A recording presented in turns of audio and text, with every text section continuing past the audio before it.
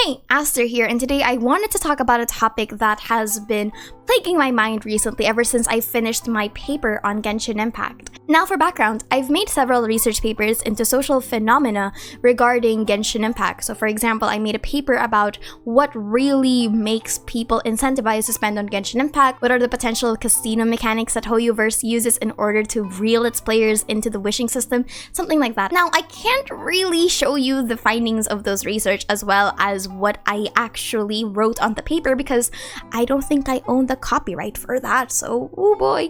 Now, I've been seeing a lot of content creators actually doom post about this from the previous days regarding the low player base or the low retention or the quality of the events and stuff like that. And a lot of people have been saying that they're going to drop this game ever since like Sumeru came out, and it's a very fascinating topic to think of because what can really kill this massive game and could simply lower player bases, just people saying that they quit, really kill this game? So before we begin, we should actually look at Genshin Impact as a game. Genshin Impact is a free-to-play, it's a role-playing game, and it's a gacha game. Now, it does have co-op elements to it, but the thing about its co-op is that it's not entirely necessary. Someone could be completely allergic to co-op, but still be able to complete a majority of its game because this game is lore-based and story-based. So, with that in mind, I wanted to talk about some things that people have been saying that could potentially kill Genshin Impact. I've been talking around the community for a bit, asking people just casually, what do you think could kill Genshin Impact? And a lot of them gave me really subjective answers regarding content. Some people said that there's no endgame content, and then I asked them what's the endgame content that they're looking for, and they said Spiral Abyss, which is very valid. Some other people also said that Genshin Impact doesn't need endgame content because it's constantly updating with all these events. And unlike other games, this game does have an endgame content in terms of just general speed of updates. Okay, two polarizing opinions on what can kill Genshin Impact, and I did my own research into that, and I found out that the very simple reason of what can kill Genshin Impact are the whales.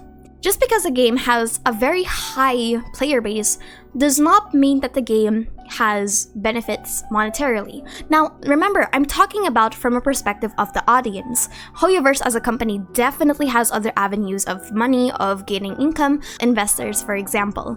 But as a game, just in isolation, it's important to notice that Genshin Impact's audience is converted into two kinds of spenders. One is the completely free-to-play that has complete access to the game, and another are the whales. Editing Aster here. When I say whales, I'm also meaning the people that consider themselves as dolphins, you know, the Battle Pass, the Welkins kind of people. Yeah, as long as you've supported Genshin Impact monetarily, you will also be under this label that I will be using for the rest of the video, okay? Now, here's the thing.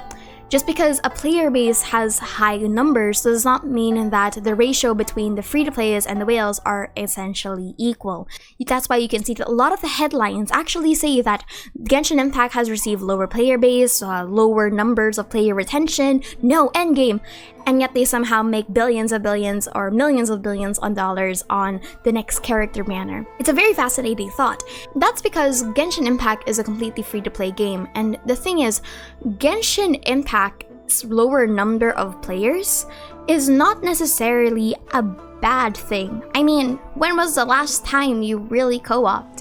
That's a question for me, I just don't play co-op. Lower numbers in players does not immediately translate to lower number of whales.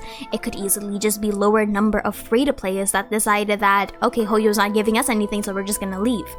The thing is, while it looks really scary on paper to see that the numbers of the players start dropping, the amount of revenue that they're generating if the whales decide to stay is pretty stagnant, which is really cool. It's a really cool paradox that's happening here. Not to mention that because Genshin Impact is not a cooperative game, it does not actually rely on the number of its players to give the experience of Genshin Impact. For example, if I were to play League of Legends and the number of the players currently is just abysmal, what's gonna happen is that the quality of my games is going to severely be affected. Co-op games and PvP games oftentimes require a very high player base in order to appeal to its general demographic. MMORPGs, for example, also suffer this kind of thing. This is why players are very important, regardless if they spend or not. Now, on the other hand, RPG games, while it is very nice to have a very high percentage of players playing your game, if a majority of those players are free to play, or you don't have enough whales in order to sustain your game's not gonna be profitable. And not to mention that Genshin Impact is a very rare breed of RPG. One is that it's free, and two is that it's continuing. Those two are very, very, very expensive business models. Yes, it has microtransactions, but unlike a lot of other games that have DLCs, imagine if we had a Sumeru DLC. Do you have any idea how weird it's gonna be? Genshin Impact relies solely on the gacha for its monetary value, which is a very, very fascinating thought. Now, a lot of people have also said that whales being here to invest the game is directly connected to other aspects of the game. I actually agree with that. Because Genshin Impact in and of itself is an investment. If you're a whale or a leviathan, it's an investment.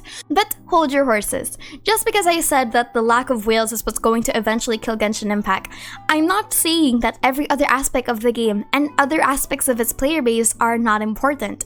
Let's break this down. First are the free-to-play players. What is the role of the free-to-play players in the first place? First is that free-to-play players are potential whales, which are very important.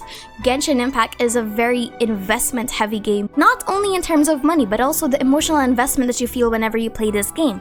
Genshin Impact is a game that is meant to hook you in for a very, very long period of time, which means that the potential of a free-to-play becoming a whale is very much high, honestly. The conversion rate is not as low as a lot of people think. Just a Welkins, just a battle pass, you know, those numbers add up. Essentially, free-to-play players are also meant to boost up the game's marketing. You know, for example, you don't want to invest money in a game that is allegedly dying. A higher player base means more appeal that a lot of people like this kind of thing, and people are sheeps. Audiences like the appeal of playing a game that has its potential be seen by a lot of people. Genshin Impact also has very rigorous marketing in order to hook new players in, with all of its real-life collaborations to give it exposure.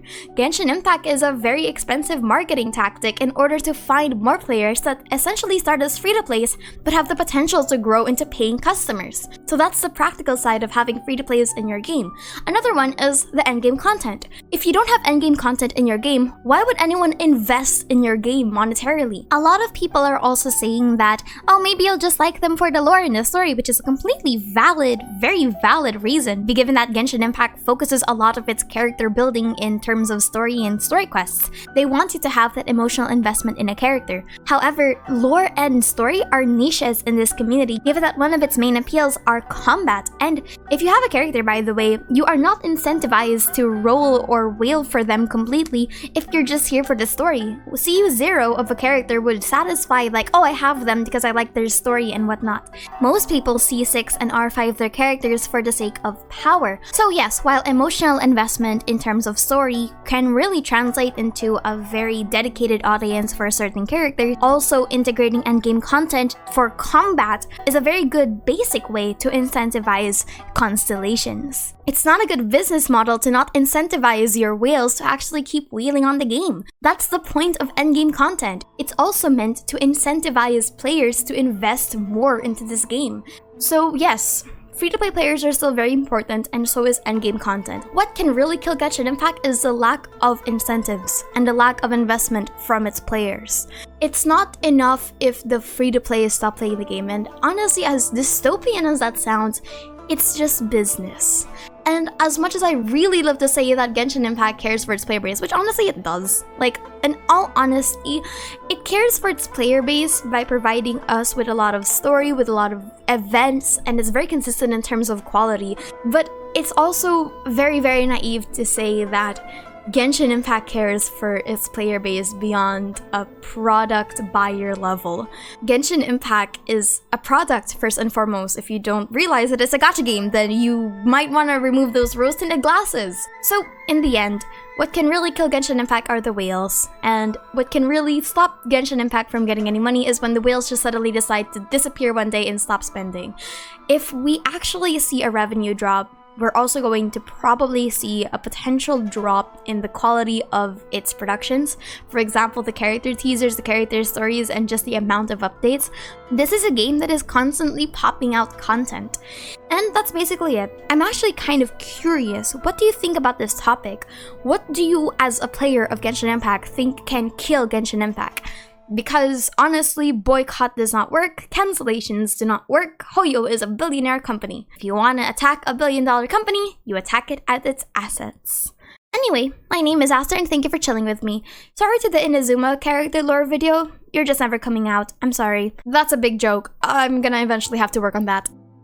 If you're curious what this video is, it is essentially me after several days of working on a research paper about Genshin Impact, and I've decided that I have no time to make more scripts, so here you are.